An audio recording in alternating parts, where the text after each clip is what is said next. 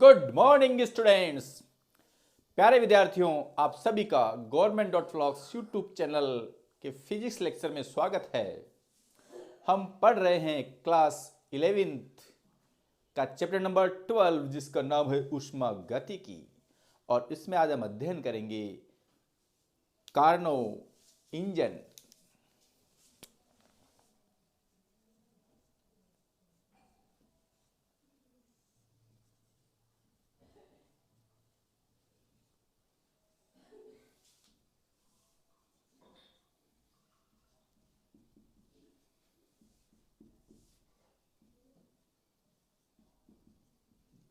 तो dear students, today study about Carnot engine.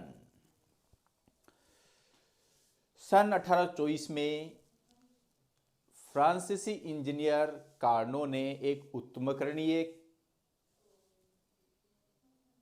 क्रियाओं पर आधारित आदर्श इंजन की कल्पना की जो सभी दोषों से मुक्त होता है।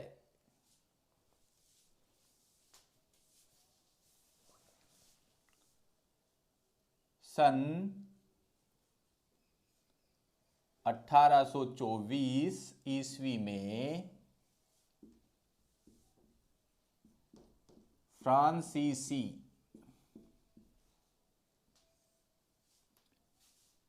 इंजीनियर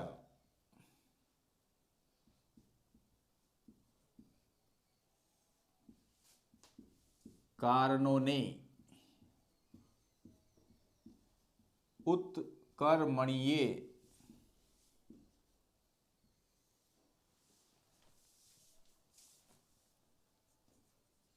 क्रियाओं पर आधारित एक आदर्श इंजन की कल्पना की थी जो सभी दोषों से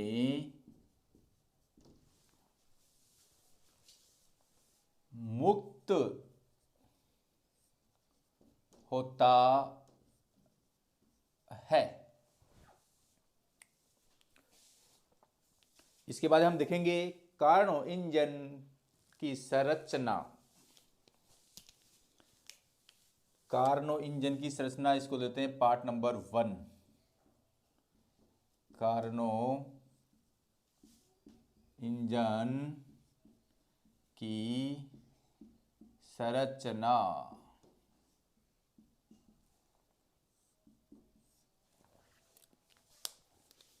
तो प्यारे विद्यार्थियों, कार्नो इंजन में एक कुचालक दीवारों से बना बेलन होता है जिसमें घर्षण रहित पिस्टन लगा होता है।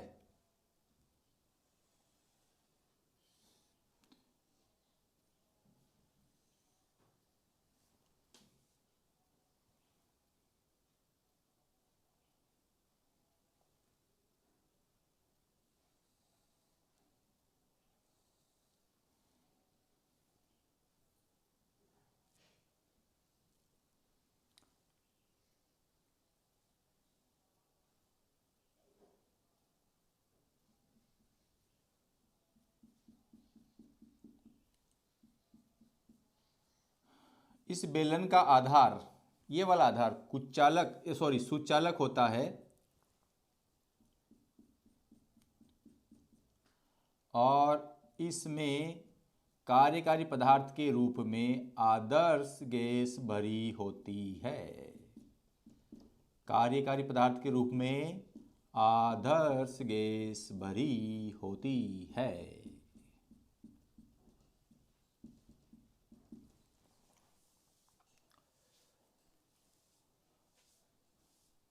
एक होता है पूर्णतः कुचालक स्टैंड एक होता है पूर्णतः कुचालक स्टैंड। देखो ये आएगा नहीं मेरा दूसरा चित्र, इसलिए मैं थोड़ा सा इसको इधर बना लेता हूं।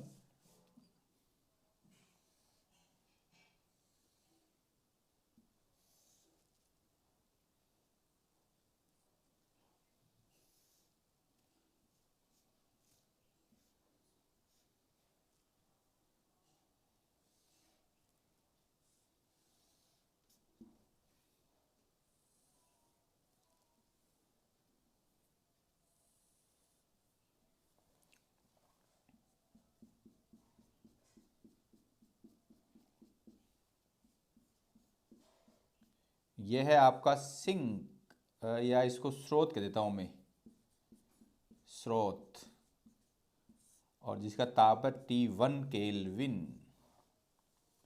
ऐसा ही यहां पर एक होता है सिंक, सेम टू सेम।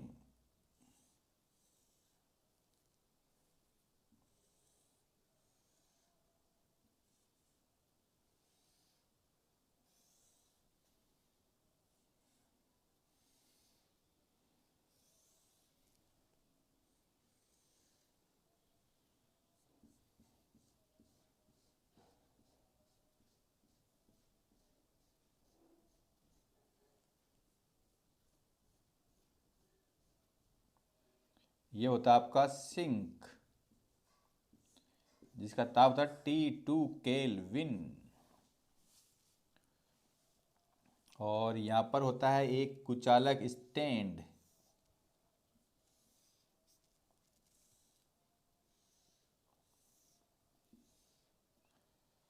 ये देखो थोड़ा सा चित्र में मिस्टेक हो रही है।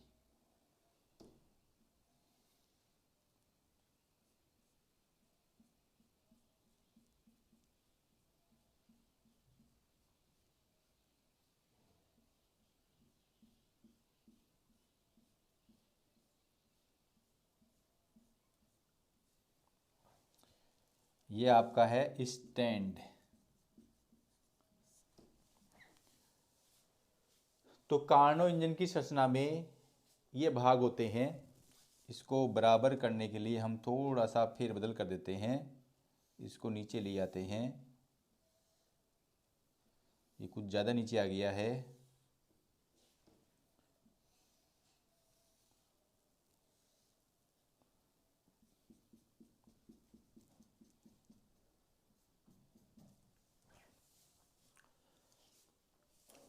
कार्नो इंजन की संरचना में निम्नलिखित भाग होते हैं, और पहला भाग है आपका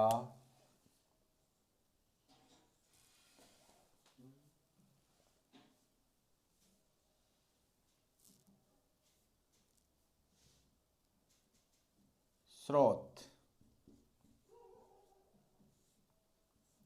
SOURCE, सोर्स।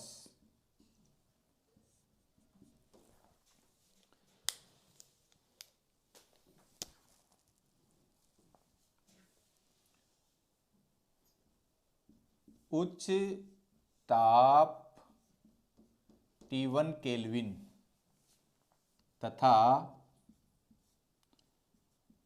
अनंत ऊष्मीय समता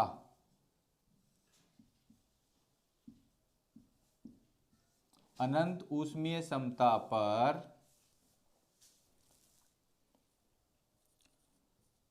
ऊष्मा का कुंड होता है।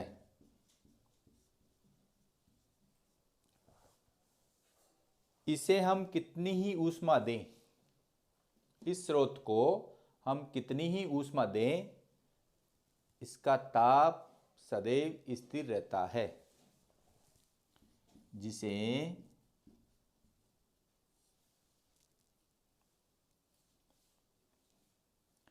या जिससे ऊष्मा लेने पर भी ताप स्थिर रहता है।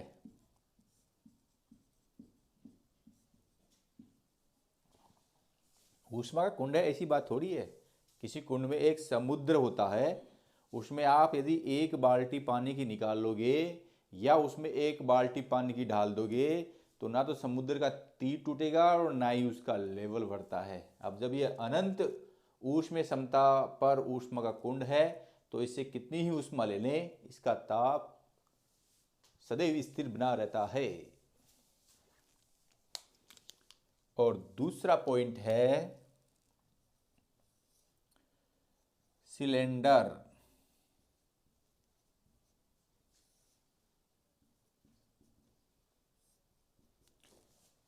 ये वाला है आपका सिलेंडर, जिसमें ये आपकी है आदर्श गैस, आइडियल गैस, और ये है उसका पिस्टन।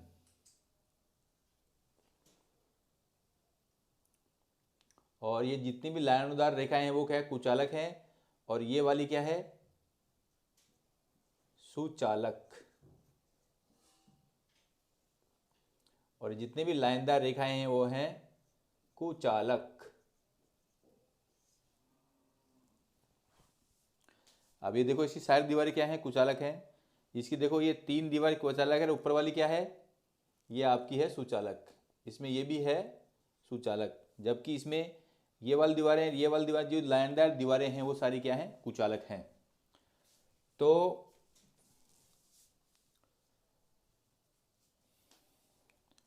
कुचालक दीवारों वाला बेलन जिसमें घर्षण रहित पिस्टन लगा होता है, कुचालक दीवारों वाला बेलन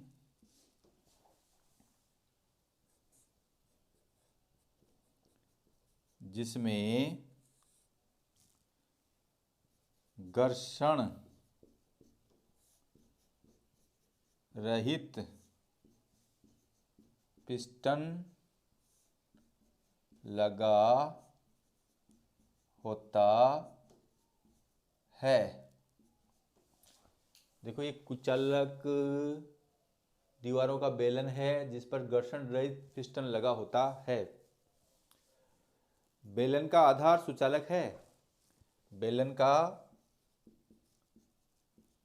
का आधार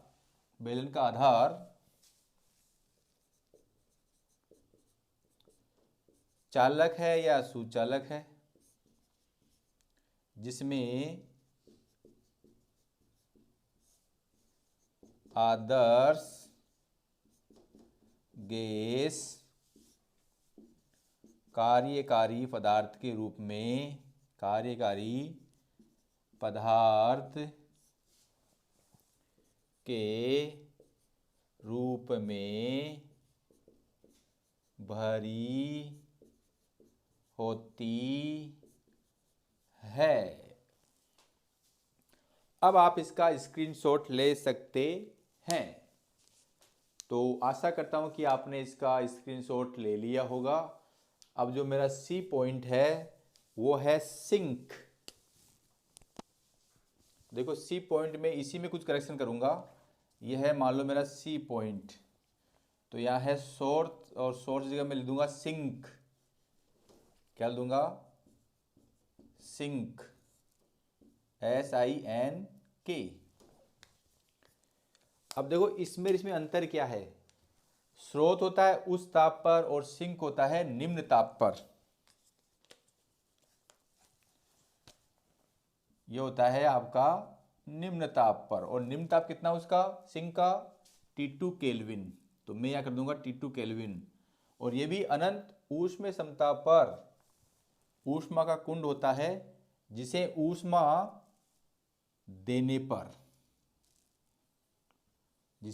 देने पर भी ताप स्थिर रहता है। इस सिंक को कितनी ही ऊष्मा दो, इसका ताप कभी नहीं बदलता है। तो देखो हमने थोड़ा सा परिवर्तन किया, T1 से T2 कर दिया, उच्च की जगह निम्न कर दिया, लेने से देने कर दिया, तो क्या बन गई, सिंह की परिभाषा बन चुकी है। और अंतिम जो डी पॉइंट है वो है कुचालक स्टैंड। कुचालक स्टैंड बेलन को रखने के लिए पूर्णतः कुचालक स्टैंड होता है।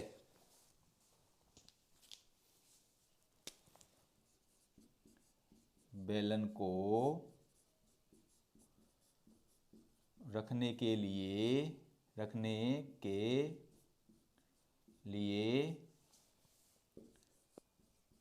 पूर्णतः कुचालक स्टैंड होता है, या ऐसा स्टैंड जिसकी चारों दीवारें कुचालक होती हैं उसे हम कहते हैं कुचालक स्टैंड। अब आप इसका स्क्रीनशॉट ले सकते हैं क्योंकि ये थी कार्नो इंजन की संरचना और जो पूरी हो चुकी है। ये चित्र मेरे काम में आएंगे इसलिए मैं इनको मिटा नहीं रहा हूं।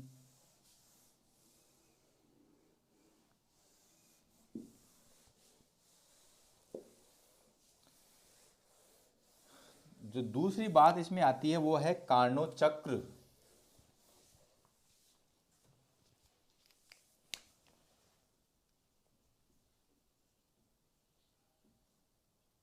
कार्नो इंजन की समस्या के बाद में आता है कार्नो इंजन का कार्नो चक्र।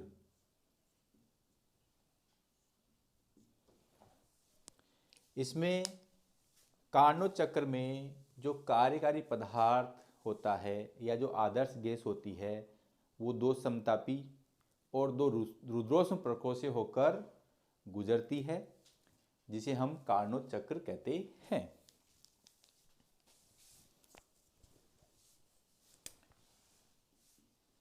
इसमें कार्यकारी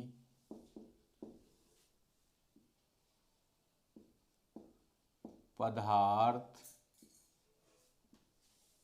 दो समतापी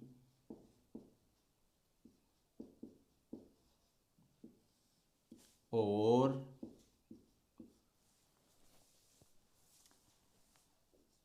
दो रुद्धोष्म प्रक्रमों से होकर गुजरता है जिसे कार्नो चक्र कहते हैं। और देखो जो कार्नो चक्र होता है उसका यदि मैं डायग्राम बनाऊं तो देखो वो इस प्रकार होता है। ये मान लो कि हमारा वाई एक्स है और ये आपका एक्स एक्स है।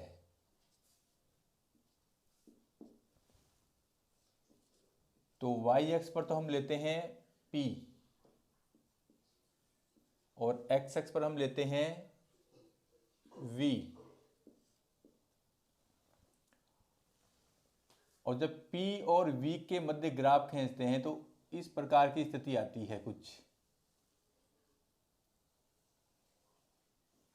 और फिर ऐसे आएगी स्थिति और ये स्थिति कुछ इस प्रकार आएगी और ये वाली स्थिति कुछ इस प्रकार आती है।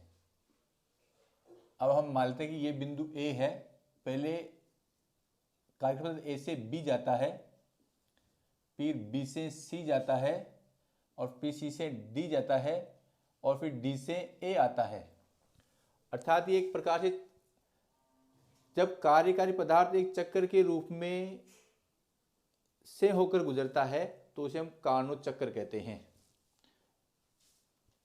अब हम ये मान लेते हैं कि बिंदु A पर इसका दाब P1, आयतन V1 और ताप T1 है और बिंदु बी पर दाब P2, आयतन V2 और ताप T1 है।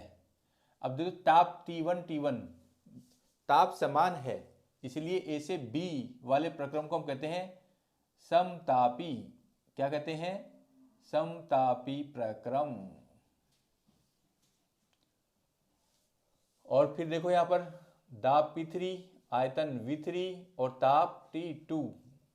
अभी यहाँ पर देखो ताप बदल रहा है परंतु ऊष्मा नहीं बदलती है, इसलिए कहते हैं रुद्रोष्म प्रक्रम। क्या कहते हैं? रुद्रोष्म प्रक्रम। और यहाँ इसके जो होते हैं वो होते हैं P4, V4 और T2। यहाँ पर फिर ताप समान होता है तो समतापी के सिद्ध में समतापी आता है और रुद्रोष्म सिद्ध में रुद्रोष्म आता है, क्योंकि यहाँ पर ताप देखो T2 से T1 बदल रहा है। अब यदि ये जो बिंदु A, B, C, D है, इनका मैं y अक्ष पर लंब डालूं तो वो y अक्ष पर लंब इस प्रकार आएगा।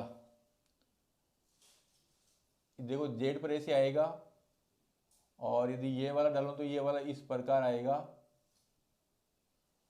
और थोड़ा सा इसमें अंतर करने के लिए या आपको समझाने के दृष्टिकोण से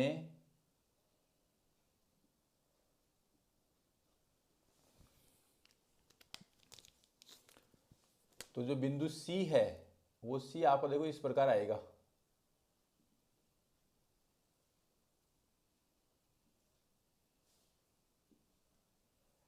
अब देखो इन बिंदुओं से मैंने y एक्स पर लंब डाला है, यदि इन्हीं बिंदुओं से मैं x एक्स पर लंब डाल दूं, जैसे मान लो कि बिंदु A से x एक्स पर लंब डालूंगा तो वो बिल्कुल इस प्रकार आएगा। D पे डालूंगा तो वो इस प्रकार आएगा। B से डालूंगा तो वो इस प्रकार आएगा, और C से डालूंगा तो वो इस प्रकार आएगा। अब देखो बिंदु A P1, V1, T1 है, तो ये तो जाएगा आपका P1, ये क्या जाएगा? V1, और B पर यह है P2, तो ये B क्या जाएगा? V2, और ये आपका कितना है? देखो ये P3, तो इसकी जगह क्या जाएगा? V3, और D पर क्या है? P4, तो यह क्या जाएगा? V4। अब ये मानता हूं कि आपका K, L, M और N है। देखो इस N को मैं थोड़ा सा स्पष्ट लिख देता हूं। तो ये हमारा एक कार्नोट चक्र है, और इसी की सहायता से हम इसकी क्रिया विधि का वर्णन करेंगे। तो नेक्स्ट अपना जो है वो है कार्नोट चक्र की क्रिया विधि। कार्नोट चक्र की क्रिया विधि। अब देखो इसकी क्रिया विधि में 4 स्टेप हैं, 2 समतापी प्रक्रम और 2 रुद्रोष्म प्रक्रम। तो हम पहला जो चरण है वो है समतापी प्रक्रम। समतापी प्रक्रम, आइसोथर्मल प्रोसेस। Isothermal process. अब डियर स्टूडेंट्स, हम यह क्या करते हैं कि जो समतापी प्रक्रम है, आपका जो ये आदर्श गैस है या जो बेलनाकार पात्र है जिसमें आदर्श गैस भरी हुई है, उसको उठाकर हम स्रोत पर रखते हैं। जैसे ही इस बेलनाकार पात्र को हम स्रोत पर रखते हैं तो देखो ये सुचालक है और ये भी सुचालक है, तो दोनों में ऊष्मा का आदान प्रदान होता है। तो ये ताप, इसका ताप भी T1 हो जाता है और इसका ताप भी T1 हो जाता है। जब इसको उठा के मैं यहाँ रखूँगा, इसको उठा के यहाँ रखूँगा, तो दोनों का ताप क्या हो जाता है? T1 हो जाता है। और हम जानते हैं जब ताप समान होता है, देखो यहाँ पे ताप T1 है और यहाँ पर ताप T1 है। जैसे मान लेते ये A है और ये B है, A और B, A और B, तो A से B तक ताप समान है, इसलिए हम क्या कहते हैं, समतापी प्रक्रम। तो यही बात मैं यहाँ लिखूंगा। सर्वप्रथम बेलन को या कार्यकारी पदार्थ को स्रोत पर रखते हैं।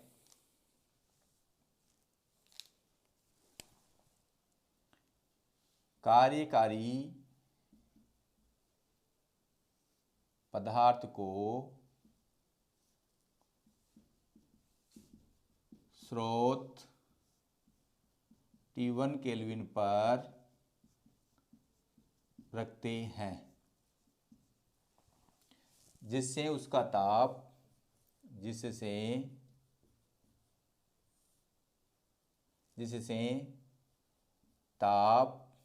जिससे कार्यकारी पदार्थ और जिससे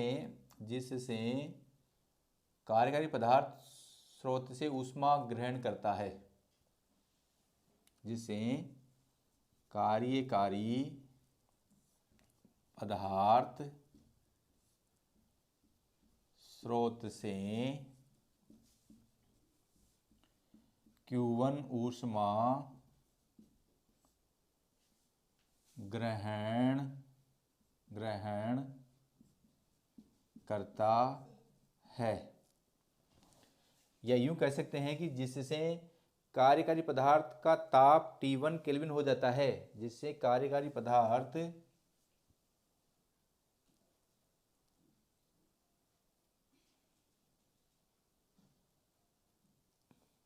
ज़्यादा बेटर यही रहेगा, जिससे कार्यकारी पदार्थ का ताप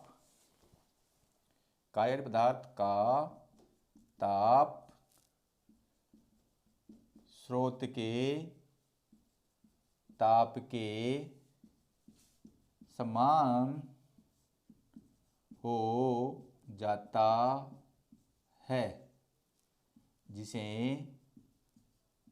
समतापी प्रसार कहते हैं। जिसे समतापी प्रसार कहते हैं। तो डियर स्टूडेंट्स, इतनी बात आपके समझ में आ गई होगी।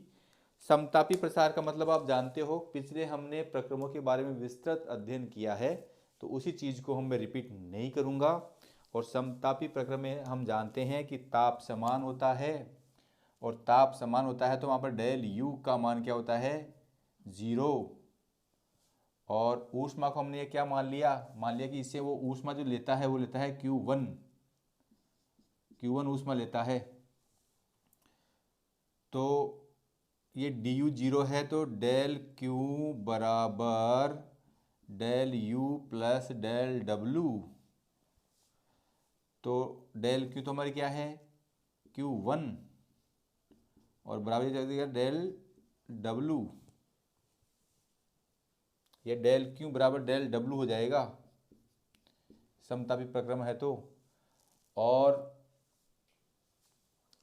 ये इससे ऊष्मा लेता है, तो गैस द्वारा किया गया कार्य, गैस यानी आदर्श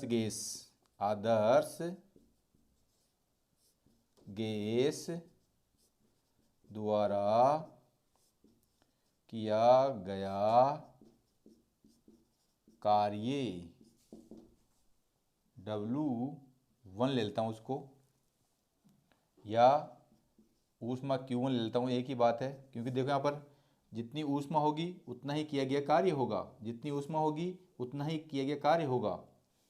ये हो जाएगा आपका V1 से V2 PdV।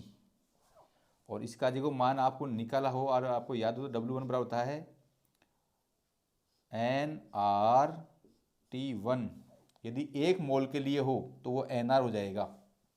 यदि हम 1 मोल की बात करें, nRT1 log E V2 upon V1। और यदि इस आधार E को यदि हम आधार 10 में बदलें तो हमने देखा था 2.303 RT1, क्योंकि ताप क्या है T1, log 10 V2/V1, ये हो जाएगा इक्वेशन नंबर 1। ये कैसे आया है इसका अध्ययन हम पूर्व वीडियो में कर चुके हैं, आप प्लेलिस्ट में जाकर उसे देख सकते हैं। तो आपको W1 ये आ जाएगा, समतापी प्रक्रम में गैस द्वारा किया गया कार्य इतना होता है। अब आप इसका स्क्रीनशॉट ले सकते हैं।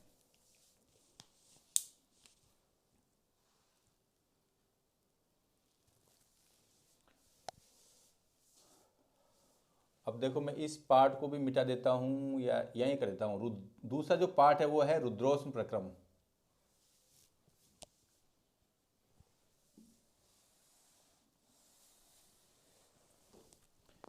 दूसरा जो इसका पार्ट है वो है रुद्रोष्म प्रक्रम, एडियाबेटिक प्रोसेस।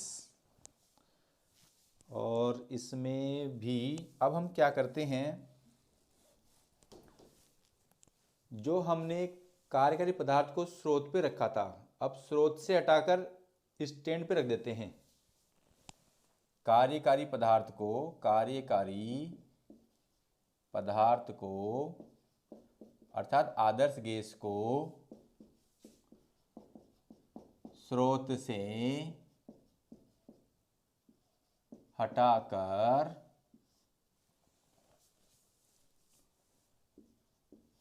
कुचालक स्टैंड पर रख देते हैं, जिससे उसका ताप T2 केल्विन हो जाता है, जिससे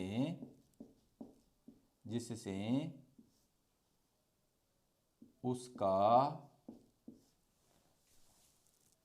ताप T2 केल्विन हो जाता है। देखो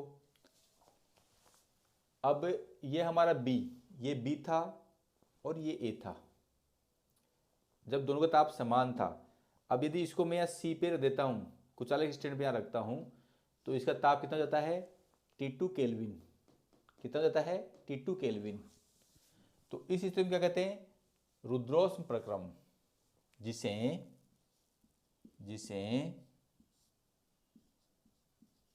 रुद्रोष्म प्रसार कहते हैं। और रुद्रोष्म प्रसार का मतलब ये होता है कि ऊष्मा नियत है, अर्थात ऊष्मा का अंतर क्या है, शून्य है। और इसमें माना किया गया कार्य W2 है, और W2 का हमने अध्ययन किया था R/γ-1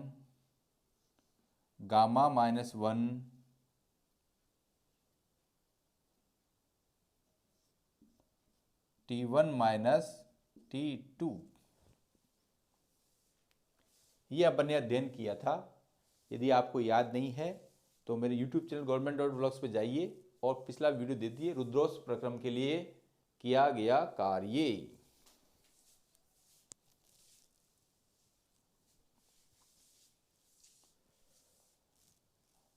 अब जो थर्ड मेरा जो आता है,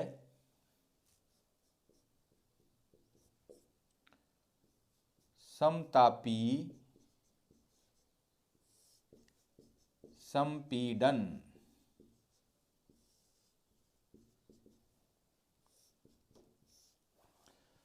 समतापी संपीड़न में क्या करते हैं, इस कार्यकारी पदार्थ को, आदर्श गैस को, जो कुचालक स्टैंड पर रखी हुई थी, इसको यहां से उठाकर सिंक पर रख देते हैं।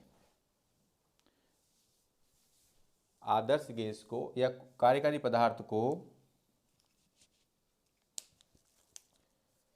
कार्यकारी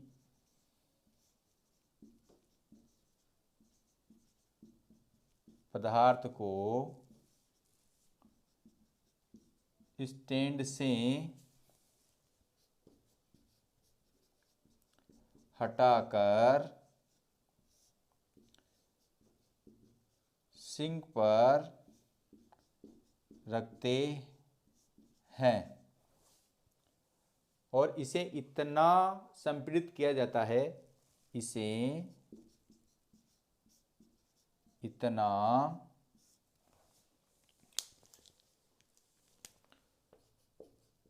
संपीड़ित किया जाता है, इसे इतना संपीड़ित किया जाता है कि इसका ताप T2 केल्विन हो जाए।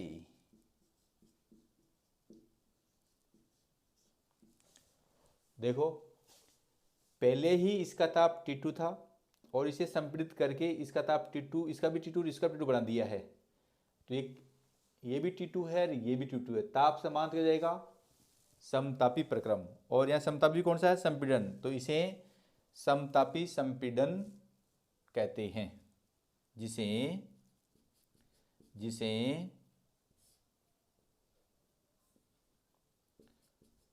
समतापी संपीड़न कहते हैं, जिसे समतापी संपीड़न कहते हैं। अब मान लो जो इस समतापी संपीड़न में हमने कार्य किया है,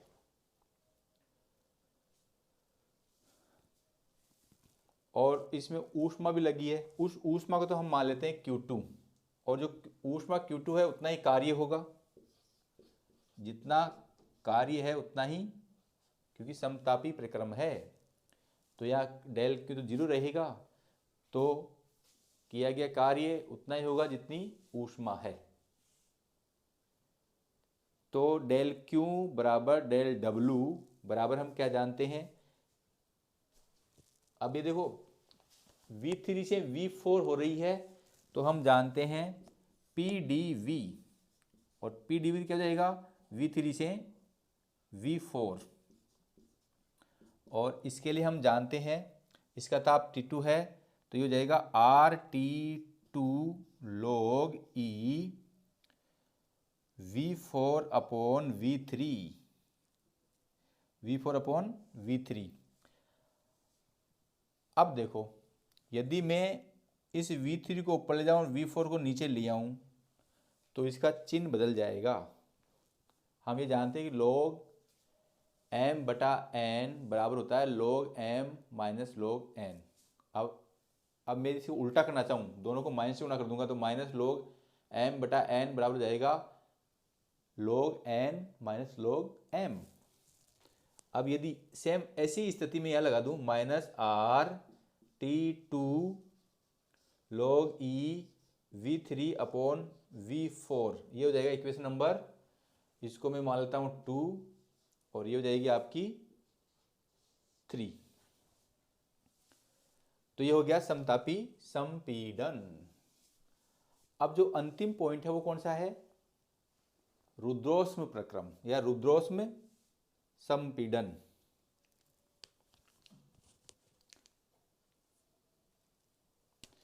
तो इस चीज को मैं रुद्रोष्म प्रक्रम को रुद्रोष्म संपीड़न कर देता हूं। यहां पर रुद्रोष्म, ये हो जाएगा मेरा 4th नंबर का, रुद्रोष्म संपीड़न। कार्य पदार्थ को अब यहां स्रोत जगह जाएगा, सिंक से हटाकर, सिंक से हटाकर कुछ अलग स्टैंड पर रख देते हैं, जिसको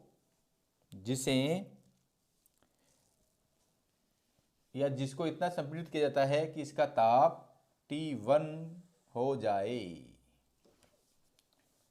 जिसे इतना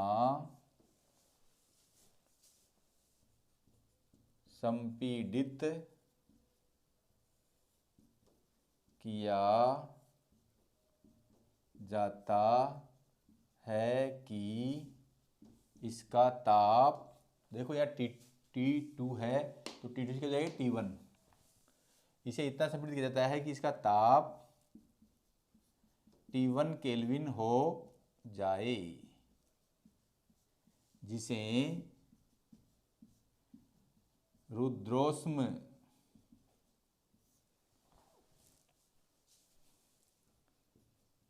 संपीड़न कहते हैं। माना किया गया कार्य W4 है, माना रुद्रोष्म में किया गया कार्य W4 है। अब देखो यहाँ पहले तो T1 से T2 था रुद्रोष्म प्रक्रमण, T1 से T2 था, और यहाँ पर क्या है T2 T1, तो यहाँ क्या आएगा, या तो आएगा T2 और यहाँ आएगा T1। यदि मैं इसको चाहूं तो ये हो जाएगी इक्वेशन नंबर 4। इतनी बात समझ में आ जानी चाहिए। सभी प्रक्रमों द्वारा किया गया कार्य W बराबर W1 plus W2 plus W3 plus W4। अब जो W1 कार्य है, जो W1 कार्य है वो उतना ही होगा जितना क्षेत्रफल A B M K का है, या W1 कार्य बराबर क्षेत्रफल A B M K, क्षेत्रफल A B M K, और जो W2 है, W2 के लिए ये वाला एरिया है, तो BCNM B, तो ये हो जाएगा क्षेत्रफल BCNM प्लस W3 में ये वाला जाएगा तो DCNL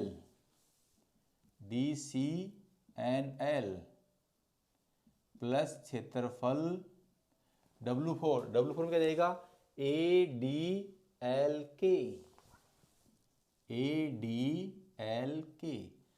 अब देखो हमने ये देखा था कि जो बंद वक्र है, जो उत्तमणिक प्रक्रम होता है एक बंद वक्र होता है, और चक्रीय प्रक्रम भी एक बंद वक्र होता है। उस बंद वक्र का जो क्षेत्रफल होता है वही किया गया कार्य होता है। उस बंद वक्र का जो क्षेत्रफल होता है वही किया गया कार्य होता है। अब ये बंद वक्र ये वाला है, तो ये जो किया गया कार्य W1 है वो इस क्षेत्रफल के बराबर होगा। अब मैं क्या करता हूं, इनके मान रख देता हूं। W1 का मान आया था RT1 log E V2 upon V1, और ये आपका आया था R upon gamma -1 T1 minus T2, और W3 का मान माइनस में आया था RT2 log E V3 upon V4 plus R upon gamma -1 T2 minus T1। ये जो पिछले समीकरण में हमने मान निकाले थे वो केवल W1 की जगह W1 का मान रखा है, W2 की जगह W2 का मान रखा है, W3 की जगह W3 का मान रखा है, W4 की जगह W4 का मान रखा है, और कुछ भी नहीं किया है। देखो R गामा -1 दोनों में कॉमन है, यहाँ T1 प्लस का है, यहाँ पर T1 माइनस का है, यहाँ T2 माइनस का है, यहाँ T1 प्लस का है। तो ये दोनों जो टर्म्स हैं वो क्या हो जाएंगी, आपकी कैंसिल हो जाएंगी। अब बचा क्या, W बराबर RT1 log V2 upon V1 minus RT2 log V3 upon V4, equation number 5। देखो वक्र में जो B और C का वक्र है वो रुद्रोष्म वक्र है। B और C बिंदु रुद्रोष्म वक्र पर है। बिंदु B वह C रुद्रोष्म वक्र पर है। अतः अब देखो रुद्रोष्म वक्र का अवस्था समीकरण होता है PV gamma is equal to K। या इस चीज को मैं लिख सकता हूं, B पर तो हो जाएगा P2 V2 गामा, और C पर हो जाएगा P3 V3 गामा। देखो PV गामा कांस्टेंट है तो बिंदु B पर तो आपका P2 V2 gamma constant, P3 V3 gamma constant. अब जो दोनों का कांस्टेंट कांस्टेंट है तो उनका लेफ्ट हैंड साइड भी बराबर होगी। ये मैंने लिख दिया है। अब देखो यदि मैं इसमें थोड़ा सा परिवर्तन कर दूं, और थोड़ा सा परिवर्तन क्या करूंगा, इसमें V2 से गुणा ऊपर नीचे कर देता हूं, तो देखो इसका रूप ऐसा हो जाएगा P2 V2 अपॉन V2 की power gamma, P3 V3 upon V3 और V3 की पावर गामा। देखो मैंने दोनों पक्षों में इधर V2 से गुणा किया है, इधर V3 से गुणा किया है। फाइनली इस पर कोई असर नहीं पड़ेगा क्योंकि किसी भिन्न को समान संख्या से गुणा कर सकते हैं। अब देखो ये P2 V2 तो मैं एज इट इज रखूंगा, P2 V2 तो मैंने एज इट इज रखा, इसको ऊपर भेज दूंगा तो जाएगा P2 गामा माइनस 1, ये P3 V3 मेरा ऐसे ही रहेगा, और ये हो जाएगा आपका V3 गामा माइनस 1। अब देखो हम आदर्श गैस से क्या जानते हैं, आदर्श गैस का अवस्था समीकरण, आदर्श गैस से PV बराबर, क्योंकि ये चीज हम nRT 1 मोल के लिए कर रहे हैं तो RT, तो बिंदु P पर तो एक हो जाएगी P2 V2 RT1, और बिंदु C पर क्या जाएगी P3 V3 अपॉन RT2। होगी ना होगी। अब देखो ये जो समीकरण है, ये समीकरण में लेता हूं मैं 6 और ये लेता हूं 7। 6 और 7 से, 6 और 7 से समीकरण 6 वह 7 से ये P2 जगह दूंगा यहाँ पर RT1, तो यह आ जाएगा RT1 V2 गामा माइनस 1, और यहाँ पर RT2,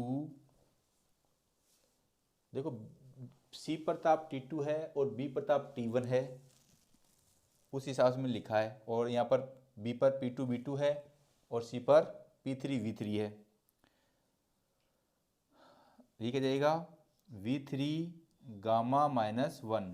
अब इसको मैं लिख सकता हूँ R से R दोनों तरफ कैंसिल हो जाएगा, यहाँ भी R कैंसिल है यहाँ भी R कैंसिल, तो ये T1 अपॉन T2 बराबर हो जाएगा V3 गामा माइनस 1 और V2 गामा माइनस 1। ये हो जाएगा समीकरण नंबर 8।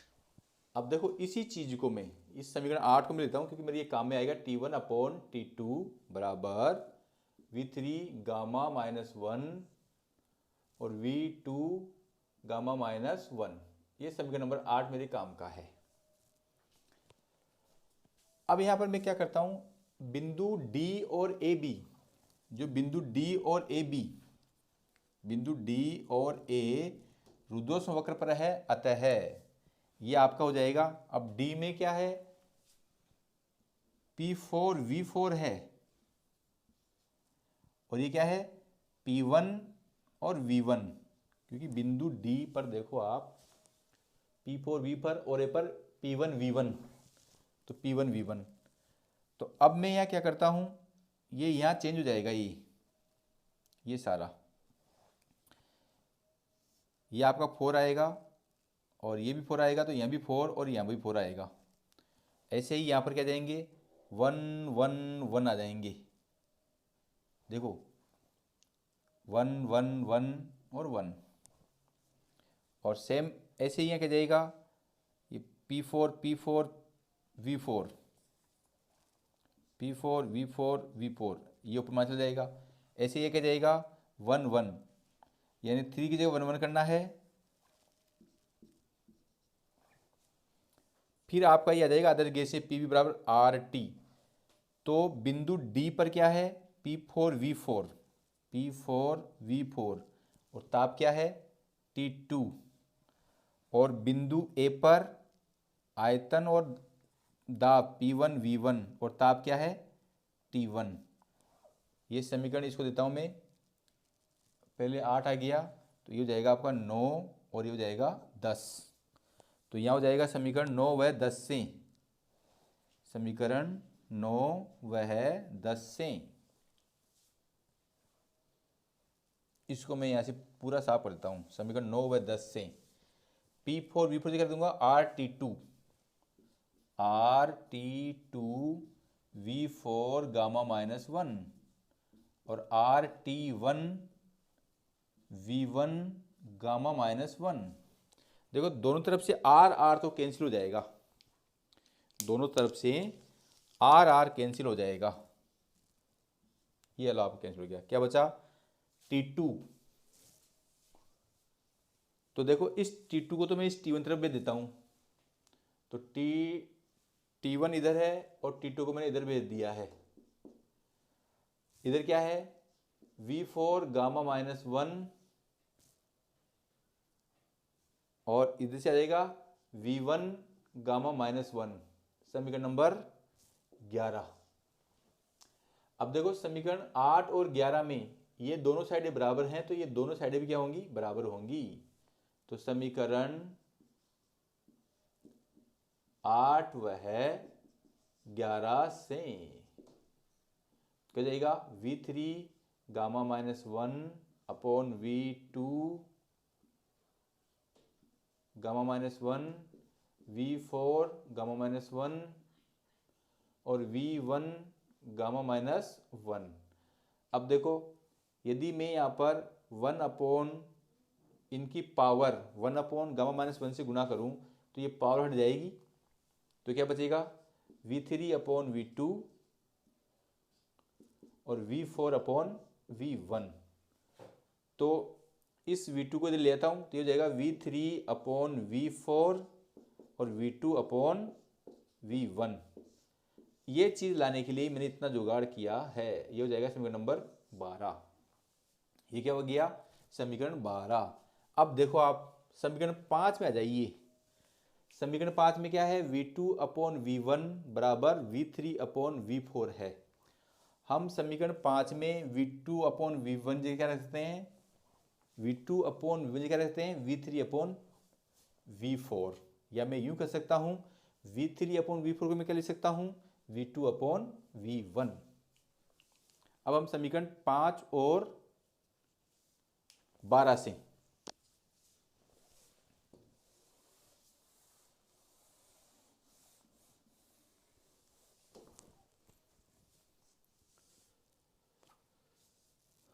तो समीकरण 5 को मैं चाहूं तो ऐसे भी लिख सकता हूं W बराबर ये मेरा क्या है, ये पूरा Q1 है, ये Q2 है, तो Q1 माइनस Q2। ये भी आपकी समीकरण 5 ही है, एक ही रूप है इसका। तो समीकरण 5 में V3 अपॉन V4 बराबर V2 अपॉन V1 रखने पर तो W बराबर क्या हो जाएगा RT1 log E V2 upon V1 minus RT2 log E V2 upon V1। तो यह आ जाएगा W बराबर R T1 minus T2 log V2 upon V1। ये हमारा कार्य आ गया है। इस रूप में।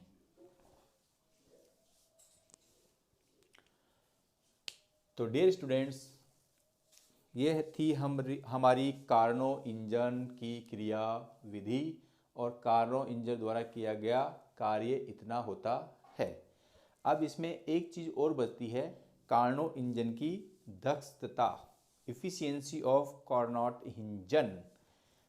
क्योंकि मैं यदि ये वो पढ़ाऊंगा तो ये वीडियो लंबा हो जाएगा, अतः आप मेरे government.vlogs यूट्यूब चैनल को लाइक, कमेंट्स और सब्सक्राइब करना नहीं भूलें। Thank you.